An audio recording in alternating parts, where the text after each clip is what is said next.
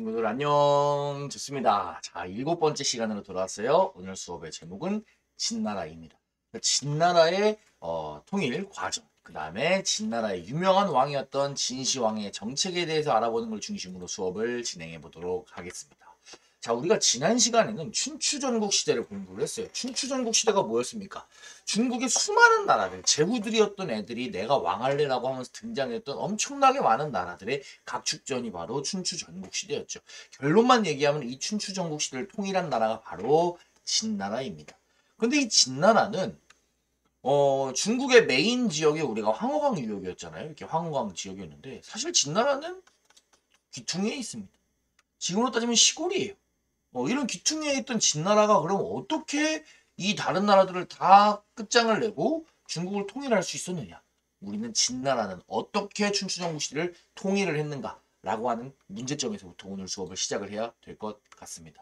자, 결론부터 이야기를 하자면 진나라는 우리가 지난 시간에 공부를 했던 제자백가, 많은 제자백가들 중에 무엇을 바탕으로? 법가 사상을 바탕으로 강력한 법을 바탕으로 부국 강병을 이루어냈고요. 그 부국 강병을 바탕으로 다른 나라들을 전쟁으로 굴복시켰습니다. 그래서 우리가 진나라는 법가 사상을 메인으로 했다. 잘 기억을 해주시기 바랍니다. 이때 진나라를 이끌었던 사람이 바로 진나라의 왕, 이제 이름으로 따지면은 영정이라고 하는 사람입니다. 이름은 몰라도 돼요. 이 사람의 칭호가 더욱더 유명하니까요. 자, 진나라 왕 영정은 자기가 춘추전국 시대에 있는 모든 왕들을 다 물리치고 최고의 자리에 올라간 거예요. 그러니까 자기가 여전히 왕으로 불리는 것을 원치 않았겠죠. 자기를 왕보다 높은 존재라고 생각을 했습니다. 자, 그래서 왕보다 높은 존재라고 불리길 원했는데 당시에 중국에서는 왕이 제일 높은 거니까 뭔가 새로운 용어를 만들어야 돼요. 자, 그래서 진시황 이 사람이 고민을 합니다. 자, 보니까 당시 중국 전설에는 어떤 전설의 존재들이 있었냐면은 삼황과 오제라고 하는 사람들이 있었어요. 중국 역사를 시작했다라고 평가받는 왕들인데요. 3명의 황과 5명의 제, 이렇게 해서 우리가 흔히 삼황오제라고 얘기합니다. 근데 이제 여기서 한 글자씩 따온 거죠. 황이랑 제를 따와서 나는 마치 전설 속의 왕들처럼 훌륭한 사람이야 라고 해서 황이랑 제를 따와서 자기 스스로를 황제라고 부르기 시작했습니다. 그래서 이때부터 중국에서 가장 높은 사람은 왕이 아니라 황제가 된 거예요. 자, 그리고 진시황이 생각하기에 자기가 만들었던 이 나라, 춘추전국 시대를 통일한 이 진나라는 몇 년이라도 망하지 않을 것 같았어요. 그냥 대대손손 내려갈 것 같았어요. 그래서 자기는 1세 황제, 그 다음에는 2세, 그 다음에는 3세 황제, 4세 황제, 5세 황제, 6세 황제 쭈루룩 내려갈 거라 생각했어요. 그래서 그 수많은 황제들 중에 자기는 처음에 시작하는 황제다. 그래서 스스로를 시황제라고 불렀습니다. 그래서 우리가 이 시황제, 줄여서 진나라의 시황제, 이것을 이제 진시황이다. 이런 식으로 우리가 표현을 하긴 합니다. 자, 그래서 무튼 이 진나라의 왕, 통일했던 진나라 왕 영정의 첫 번째 업적으로는 황제라고 하는 용어를 사용하기 시작했다. 이런 것도 우리가 체크를 해주면 좋을 것 같습니다. 자, 중국을 통일했던 진시황, 고민이 있을 겁니다. 네, 여러분들 어떤 고민일 것 같아요? 그죠? 넓어진 영토를 어떻게 다스릴 것인가? 이거 여전히 고민을 해야 될 겁니다. 자, 주나라에서는 넓어진 영토를 봉건제로 다스렸어요. 근데 주나라가 봉건제가 약화되면서 멸망했죠. 결국에 진시황 입장에서는 봉건제를 그대로 따라할 수는 없을 거예요. 그래서 진시황이 고민 끝에 생각해낸 방법이 바로 군현제라고 하는 방법입니다. 자, 군현제는 황제가 있죠. 황제가 전국을 다스리는 거예요. 근데 황제가 넓은 땅을 다스리기 위해서 지방을 한 번에 다스릴 수 없으니까 전국을 군과 현으로 나눕니다. 넓은 영역은 군으로 편성을 하고요. 그거보다 조금 작은 동네는 현으로 편성을 해요. 완전 똑같진 않지만 지금 우리나라 대한민국을 크게는 도, 작게는 시 같은 걸로 구분한다. 이런 식으로 생각하면 조금 비슷할 거예요. 자, 군과 현으로 나눈 다음에 이 군과 현에는 누굴 파견하냐? 관리를 파견을 합니다. 이 관리들은 왕의 명령을 받는 지방관리예요. 우리가 지방관이라고도 부르지요. 자, 그래서 전국을 군과 현으로 나누고 관리를 파견한다. 이것이 바로 군현제의 요점입니다. 근데 이쯤 되면 여러분들이 궁금한 게 있을 거예요. 아니 선생님, 왕이 중앙을 다스리고 제후를 지방에 보내서 지방을 제후가 다스리는 거랑 황제가 가운데 있으면서 지방에 관리를 보내서 다스리는 거랑 이름만 바뀐 거 아닌가요? 라고 생각하는 아주 눈썰미가 있는 친구들이 있을 거예요. 맞아요. 우리가 겉으로 보기에는 봉건제랑 구년제가 큰 차이가 있을 것 같지 않아 보일 수도 있지만 그 내용을 보면 상당히 다릅니다. 자, 우리 봉건제 핵심은 무엇이냐? 왕은 자기 동네만 다스리는 거예요. 그리고 나머지 동네는 뭐예요? 제후가 어떻게 다스려요? 제후가 알아서 다스립니다. 제후는 자기 아래 스스로 관리를 줄 수 있고요. 제후가 죽으면 자기의 제후 자리를 아들한테 물려줄 수도 있습니다. 그러니까 제후는 이 동네에서는 늘상 얘기하지만 왕 같은 존재, 자율적 존재입니다. 하지만 관리는 아니에요. 관리는 쉽게 요즘 말로 얘기하자면 공무원이에요.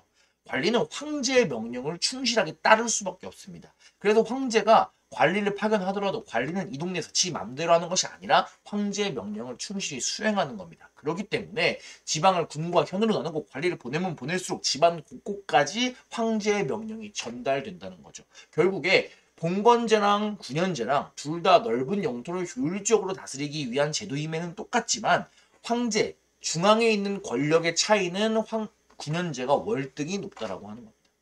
이해가 되나요? 네. 관리가 죽는다 그래서 관리가 다음 자식한테 관리를 물려줄 수는 없잖아요. 그죠? 나라 왕에서 새로 뽑는 거죠. 나라에서. 좋습니다. 그래서 군현제 되겠습니다. 자, 두 번째 업적.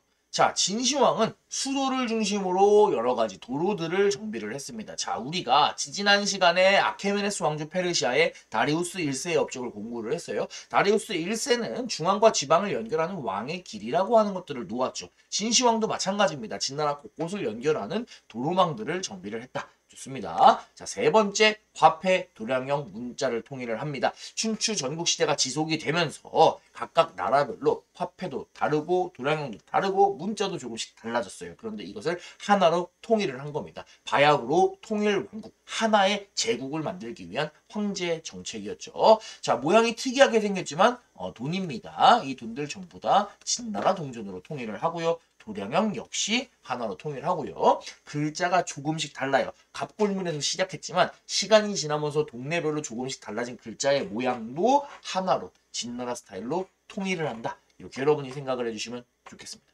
자, 네 번째, 진시황은 어떤 일을 했냐? 아까 법가 사상 얘기를 했잖아요. 이 법가 중심으로 화폐랑 도량형을 통일한 것뿐만 아니라 이제는 사람들의 생각까지 통일을 하기를 원합니다. 우리는 그것을 사상통일이라고 얘기를 하고요. 이 사상통일하기 위해서 벌였던 일을 우리가 어려운 말로 분서갱유라고 합니다. 뭔지 자세히 설명해 줄게요. 진시황은 법가 사상을 중심으로 나라를 다스렸는데 그 와중에 가장 거슬리는 사상은 바로 공자가 메인되는 육아 사상이었을 거예요.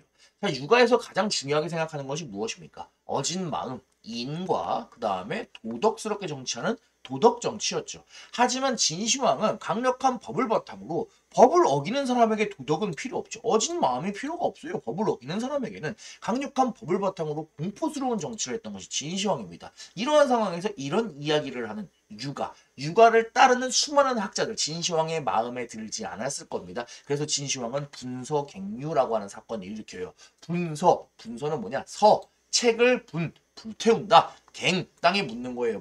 육아의 가르침을 따르는 학자들. 그래서 육아의 가르침이 있는 책들을 다 불태워버리고요. 그 다음에 육아의 가르침 따르는 학자들을 땅에다가 묻어버립니다. 그러면서 사상은 오직 법가 중심으로 통일한다. 라고 하는 강력한 사상 통일 정책을 펼쳤던 거죠. 상당히 잔인하지요.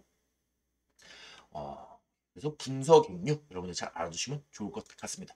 자, 다섯 번째, 진시황하면 가장 유명한 거죠. 무엇을 건설했다? 만리장성을 건설했다. 흉노족을 막기 위한 정책으로 만리장성. 만리는 대충 키로로 따지면은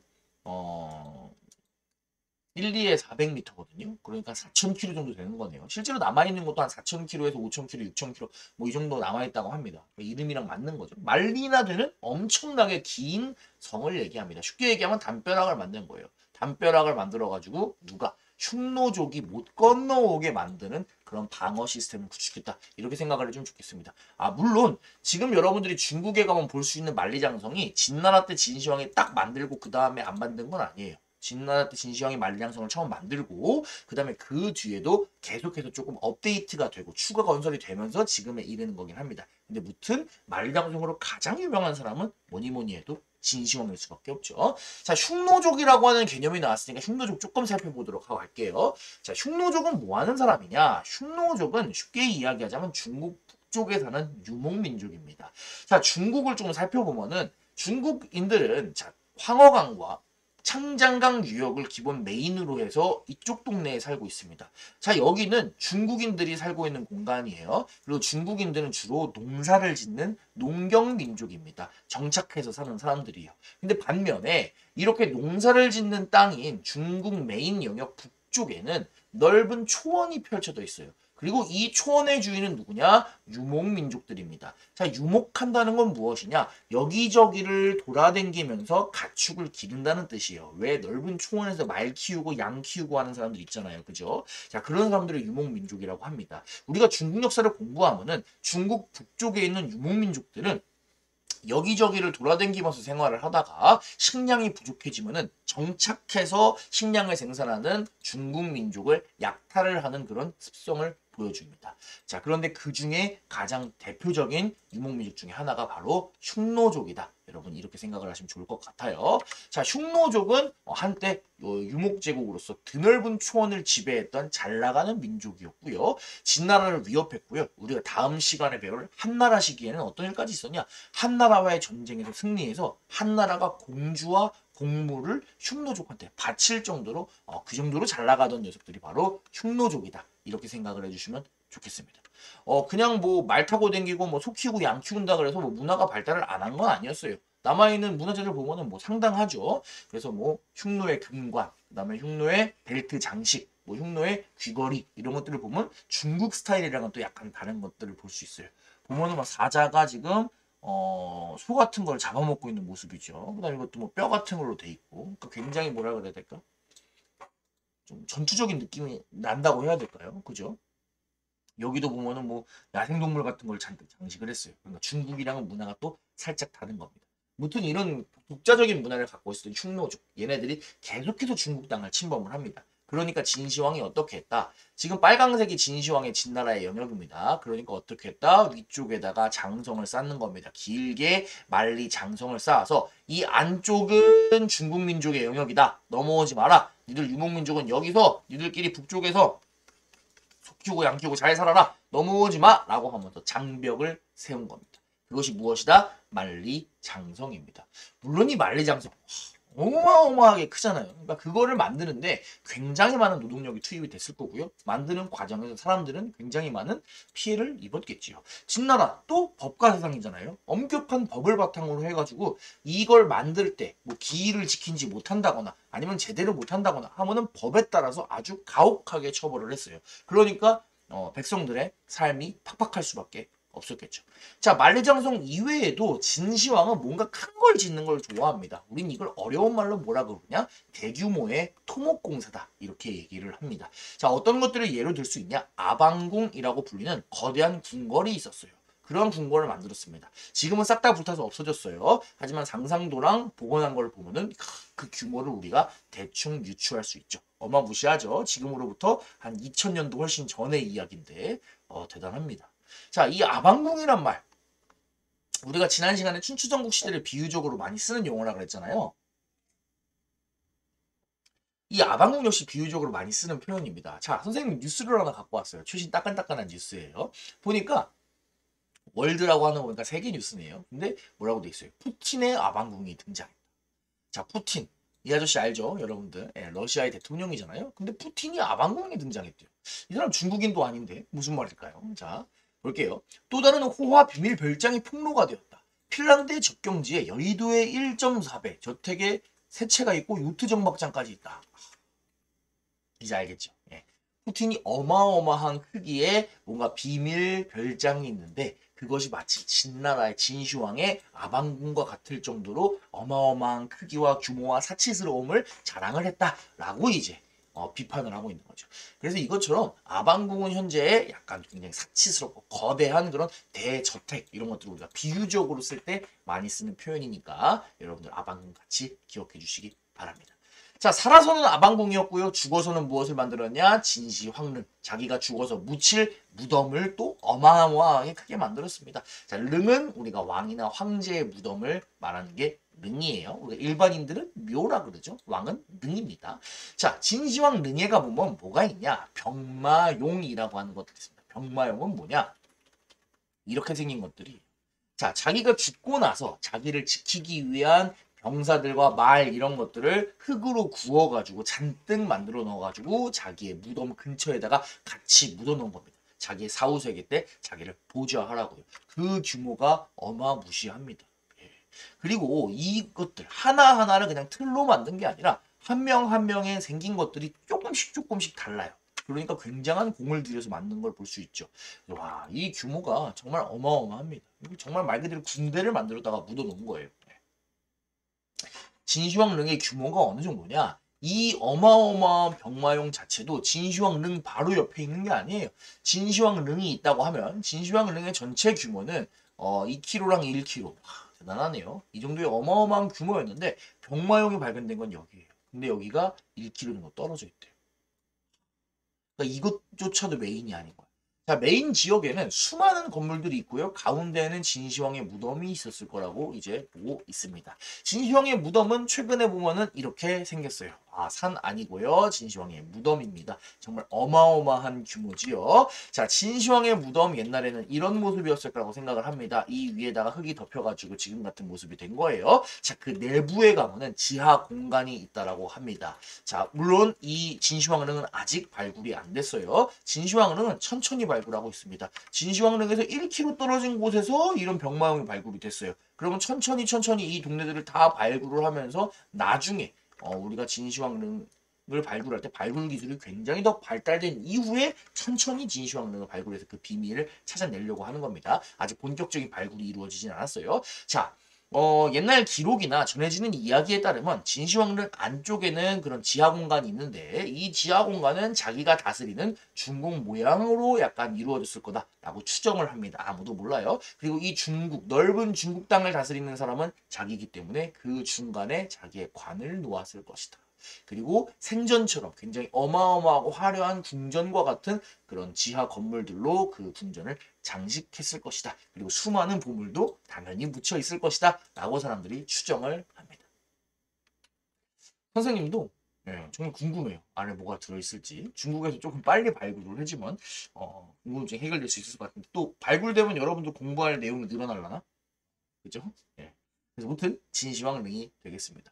자, 우리 지금 진나라 이야기를 했잖아요. 진시황은 법과 사상을 바탕으로 굉장히 가혹하게 통치를 했어요. 자기의 통치에 반대하는 유가 사상을 믿는 학자를 땅에 묻어버리고요. 유가의 책들을 불태워버리고요. 만리장성, 아방궁, 진시황릉 같이 거대한 토목 공사를 계속해서 진행을 했어요. 그 과정에서 불만이 나는 사람들은 법으로 강력하게 탄압을 했을 거고요. 그러다 보니까 농민들이 어때요? 살기가 매우 어렵습니다. 결국에 농민 반란이 일어나요. 진승과 오강이라고 하는 농민들이 반란을 일으키고요. 이 사람들이 농민 반란을 일으킴으로써 진나라는 세워진 지, 통일한 지 20년도 안 돼서 멸망을 하게 됩니다. 자기는 엄청나게 세를 거듭하면서 1세, 2세, 3세, 4세, 5세, 6세 끝까지 황제의 자리가 이어질 줄 알았던 진시황. 영원히 죽어서까지 엄청난 무덤을 자랑을 하면서 자기가 죽어서 자기를 지키기 위한 병사를 막 만들고 그랬던 진시황. 불과 자기가 통일한 지 20여 년도 안 돼서 자기의 국가가 멸망하게 됩니다. 진시황이 있을 때 멸망한 건 아니고요. 진시황이 죽고 나서 진시황의 다음번 황제가 굉장히 진시황이랑 비슷하게 폭력적으로 정치를 해요. 그래가지고 이제 그때 멸망을 합니다. 진시황 입장에서는 어떻게 보면 자기가 세운 나라가 망하는 걸 보지는 않고 죽어서 좀 다행이라고 할 수도 있겠네요.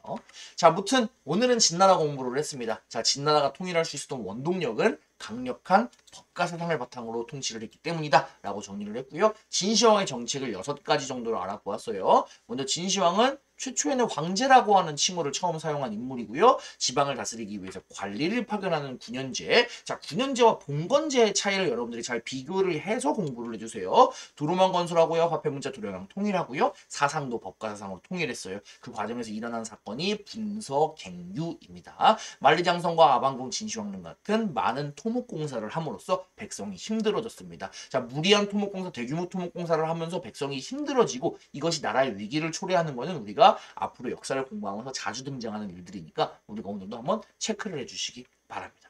자, 좋습니다. 오늘은 진시황을 공부를 했고요. 다음 시간에는 진나라 뒤에 등장하는 한나라 공부하도록 하겠습니다. 친구들 수고 많았어요. 안녕.